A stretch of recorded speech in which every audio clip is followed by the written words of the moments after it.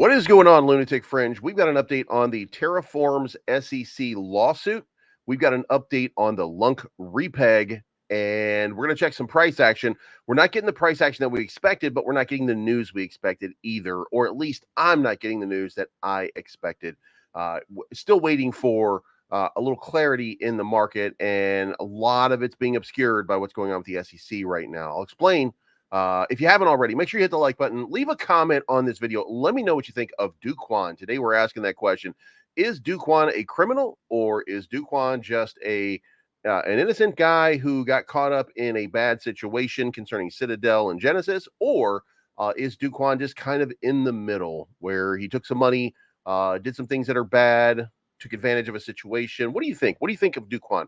Anyway, let's kick it off and let's figure out what is going on. First of all, the court has ruled in favor of the SEC in the Daubert hearing in the Terra and Duquan lawsuit. However, here's the good part. The good part that you can't make this stuff up, guys. According to the court filing, Judge Rakoff has announced an order on the Daubert hearing. After considering the parties' full briefing and the arguments and answers presented, he denied the defendant's request to exclude SEC expert Bruce Mizrak and Matthew Edmond. He denied their request to exclude the testimony of Terrence Hendershot and grants the SEC's motion to exclude the testimony of Raj Uni and Dr. Christine Parler. So what they did effectively is the SEC got all of their expert witnesses and denied the expert witnesses of Terraform Labs. Now, that means that there will be two expert witnesses for the SEC, and there'll be one for for Terraform Labs. And remember, Judge Rakoff had earlier denied agreement with Judge Torres' ruling in the Ripple lawsuit. So this is a guy who's in the tank for the Democrats, who's trying to help the Democrats control your crypto wallets. So that's a little bit weird. Now, remember, Do Kwon is still serving time, so nothing really is going to happen, or nothing major is going to happen. But more news here. Lunc Live now has 4 billion Luna Classic stake. That's a big number. And this right here is the big deal. Safely re-enable the market module and incrementally repeg USTC to $1. The summary here, and you can go check this out at Commonwealth. Set the spree Fred to 98%, thereby effectively repegging USTC to 2 cents. Burn 100% of the spread fee instead of sending it to the Oracle pool. Limit the virtual liquidity base pool size and increase the recovery rate such that the rate of burn exceeds the rate of recovery in the base pool liquidity.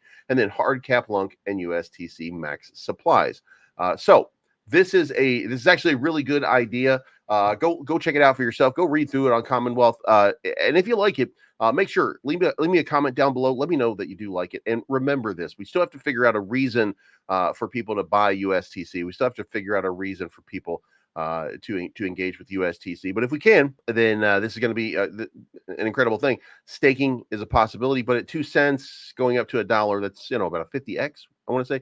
So maybe that can give you some reason to hold on to it, but got to come up with reasons, got to come up with functions, got to come up with ideas here for USTC so that it goes. But let's look at what is going on, everybody. I'm here to follow up with you about Cryptonomy.finance. Now, guys, you saw the previous video where we staked in our flexible account some Bitcoin. We've earned 0.0004 Bitcoin so far off an APY of 24.72.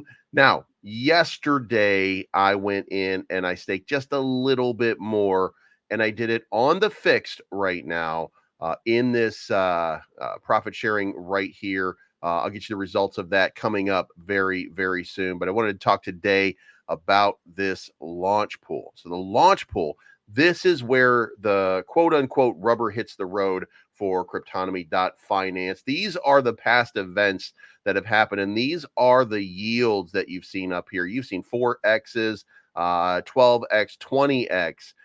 There's a 394 Shiba Saga, if you remember that one a couple months ago.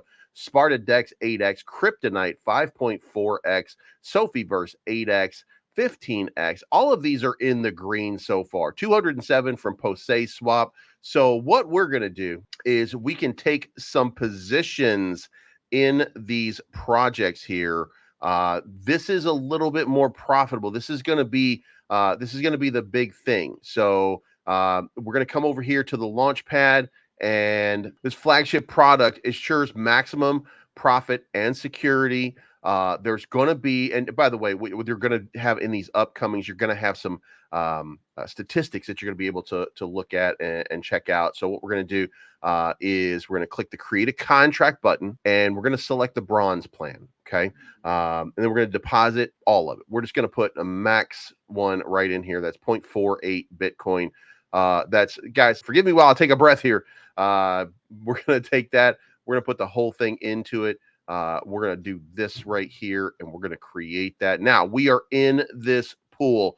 When we get the yields, when we get the returns, once we get approved for this, and once these things start launching, we have 17,800 invested into this, and we will see how this builds, how this runs, how this goes. I am super excited about it. Also, let's see what happens. We'll talk to you again. Charts now.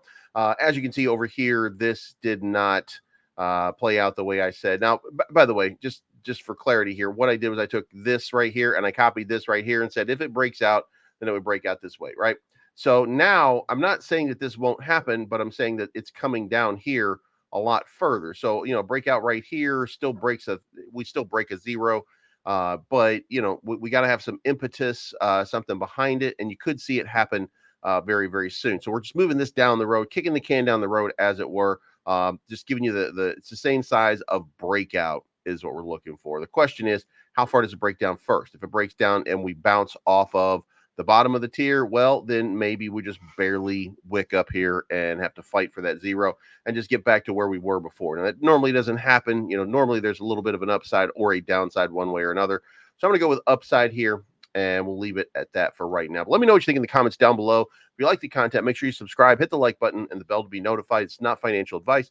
My name's Bleez. I'm always ready. Thank you so much for tuning in, and we'll talk to you again very